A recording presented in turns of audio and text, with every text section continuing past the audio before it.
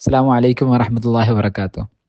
നമ്മെ പടച്ച അള്ളാഹു നമുക്കായി നൽകിയ ഒരു വലിയൊരു നിധിയാണ് സിക്റുല്ലാഹ്.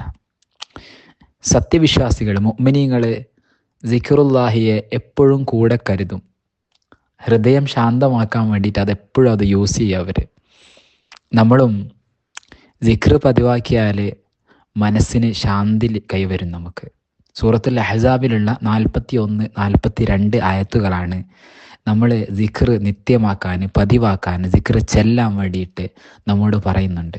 ഒരുപാട് ആയത്തുകളുണ്ട് ഖുർആനിൽ. ഓരോ അമലുകളുടെ പറ്റി പറയുമ്പോഴും അതിൽ അവസാനമായിട്ട്, അതായത് അർക്കാനുകളിൽപ്പെട്ട, ഇസ്ലാമിൻ്റെ അർക്കാനുകളിൽപ്പെട്ട നോമ്പിൻ്റെയും ഹജ്ജിൻ്റെയും ഒക്കെ പറഞ്ഞതിന് ശേഷമൊക്കെ പറയുന്നുണ്ട്, നിങ്ങൾ സിക്റിൽ വ്യാപൃതമാവുക. അപ്പോൾ സൂറത്തുൽ അഹ്സാബിൽ പറയുന്നത് യാ അയ്യുഹല്ലദീന ആമനൂ ഉദ്കുറുല്ലാഹ സിക്റൻ കസീറാ വസബ്ബിഹൂഹു ബുക്റതൻ വഅസീലാ. അപ്പോൾ സത്യവിശ്വാസികൾ മുഅ്മിനീങ്ങളോട് പറയാണ്, നിങ്ങൾ ധാരാളമായിട്ട് സിക്ർ ചൊല്ലുക. ബുക്റതൻ വഅസീല, പ്രദോഷത്തിലും പ്രഭാതത്തിലും ഒക്കെ നിങ്ങൾ സിക്ർ ചെയ്തുകൊണ്ടേയിരിക്കുക. സിക്റിന് നമുക്ക് ഒരു ഒഴിവ് കഴിവുകൾ പറയാൻ പറ്റാത്ത ഒന്നാണ് സിക്ർ എന്ന് പറഞ്ഞാൽ.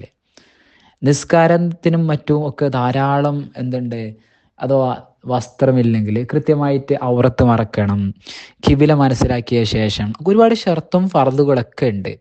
എന്നാൽ നമ്മളോട് സിക്റിലാവുക എന്ന് പടച്ചോൻ പറഞ്ഞിട്ടുണ്ടല്ലോ.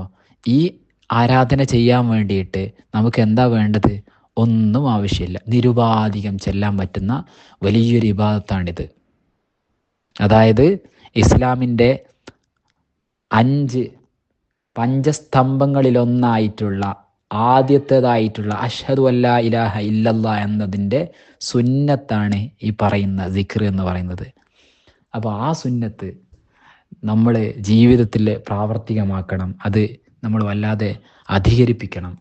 നമ്മുടെ ജീവിതത്തിൽ നിത്യമാക്കേണ്ടതുണ്ട്. എന്താണ് സിക്റുല്ലാഹിയുടെ അർത്ഥം?